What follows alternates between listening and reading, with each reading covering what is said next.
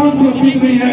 यदि संसद की शुरुआत अगर संविधान की प्रस्तावना न पढ़कर अगर मंत्रों से की जा रही है तो ये भूल जाइए कि संसद में कल कोई मजदूर किसान का बेटा जाएगा, वहाँ केवल अडानी अंबानी के बच्चे पढ़ेंगे और वहाँ केवल अडानी अंबानी के बच्चे, अडानी अंबानी जैसे लोग केवल संसद में जाएंगे। ये भूल जाइए कि आप नियमों का रखकर बनेंगे। ये भूल जाइए कि एमएलए आप बनने वाले हैं। इसलिए मैं ये कहना चाहता हूँ, ये आवाज उठाने का है। बाबा साहब ये कहते थे कि जुर्म करने से वाला जुर्म सहने वाला बड़ा अपराधी होता है, और देश के अंदर बहुजन समाज के लोग जुर्म करने से ज्यादा जुर्म सहने वालों की संख्या ज्यादा हो रही है, इसलिए जुर्म हो रहा है।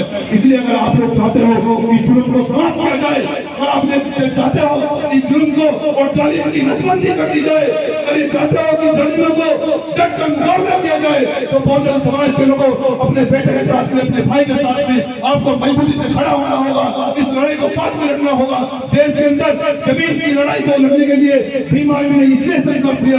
देश के बड़े बड़े बुद्धिजीवी से हमने पूछा, मैंने कहा कि देखो भाई, मैं तो काम करने वाला व्यक्ति हूँ, मुझे जहाँ मेरी ड्यूटी लगाओगे और आप कहोगे कि रोड पर बैठना है, समाज तय करे कि बेटे तुम्हें रोड पर बैठना है, मैं आपका असली बेटा हूँ। मैं जब तक नहीं उठूंगा जब तक आप नहीं कहेंगे। लेकिन मैं ये कहना चाहता हूँ, मैंने उन बुद्धिजीवी लोगों से पूछा कि मैं ये चाहता हूँ आपसे पूछना कि क्या कारण है कि देश के अंदर सभी अधिकार हमें मिले हैं।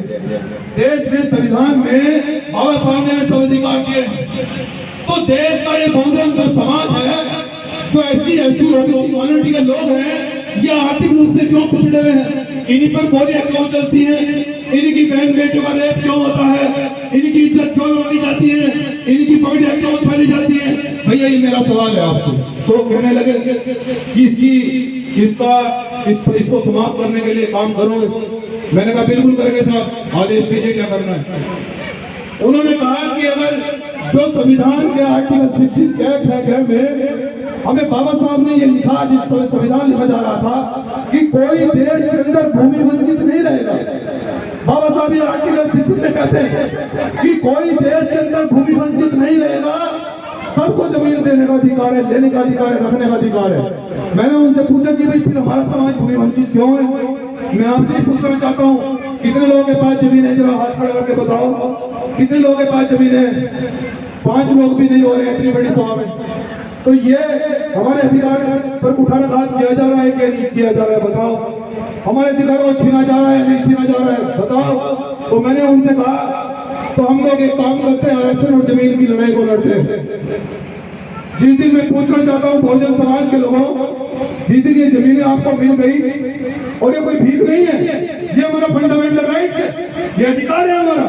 जिस दिन आपको ये जमीनें मिल गई, मैं पूछना चाहता हूँ कि मेरा समाज उस दिन से मजदूर से किसान बन जाएगा, और जब किसान बन जाएगा वो अपनी फसलों को अच्छे दामों पर बेचेगा, अपने बच्चों को विदेश में पढ़ाएगा, सरकारी स्कूलों में नहीं प्राइमरी स्कूलों में पढ़ाएगा, जहाँ अच्छी शिक्षा ग्रहण हो सकती हो, वो अपने बच्चों को DM डॉक्टर बनाएगा।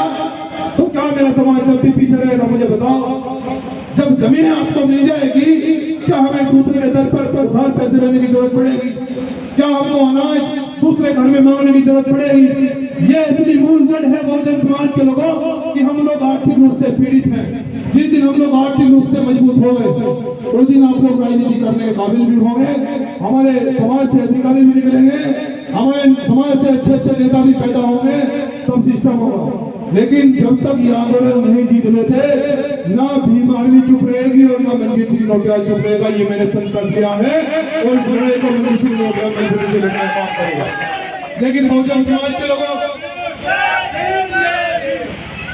मैं युवाओं को एक बात कहना चाहता हूँ, युवाओं को मैं एक बात कहना चाहता हूँ, क्योंकि बुजुर्गों ने तो अपनी जिंदगी जी ली है। जो बुजुर्गों ने हमें इतिहास बताया कि बहुत उत्पीड़न होता था, लाठियां जब मिलता तो हमारी बस्ती में कोई वोट मांगने नहीं आता, फिर भी हम छोड़ते रहते, फिर भी हमें गांव के कॉर्नर पर रखा जाता, वहां बचने के लिए कहा जाता कि तुम्हें लग रहा हो तुम्हें छूटो। ये लोग हमें अपने समाज में अपने साथ में मिलाकर इसलिए चल रहे हैं। लोग SC ST OBC माइनॉरिटी की बात इसलिए करते हैं क्योंकि बहुजन समाज के लोगों जाने की नसबंदी तो बाबा साहब ने कर दी थी और तुम्हें वोट का अधिकार दिला दिया था, इसलिए सभी लोग आपके बीच में आज आपको गले लगाने के लिए आते हैं। ये बाबा साहब की देन है। अगर आप बाबा साहब को भूलोगे, अगर आप जवानी पलती है और इतिहास उधर चुक जाता है जिस ओर जवानी चलती है, तो मैं ये कहना चाहता हूँ कि क्रांति हमने पहले भी की है, चाहे वो शहीद उत्तम सिंह जी हो, चाहे वो सरदार भगत सिंह जी हो, और चाहे वो बिरसा मुंडा जी हो, मामा टमटा भी हो, हमने अंग्रेजों के लिए भगाने के लिए भी क्रांति की है। तो अधिकार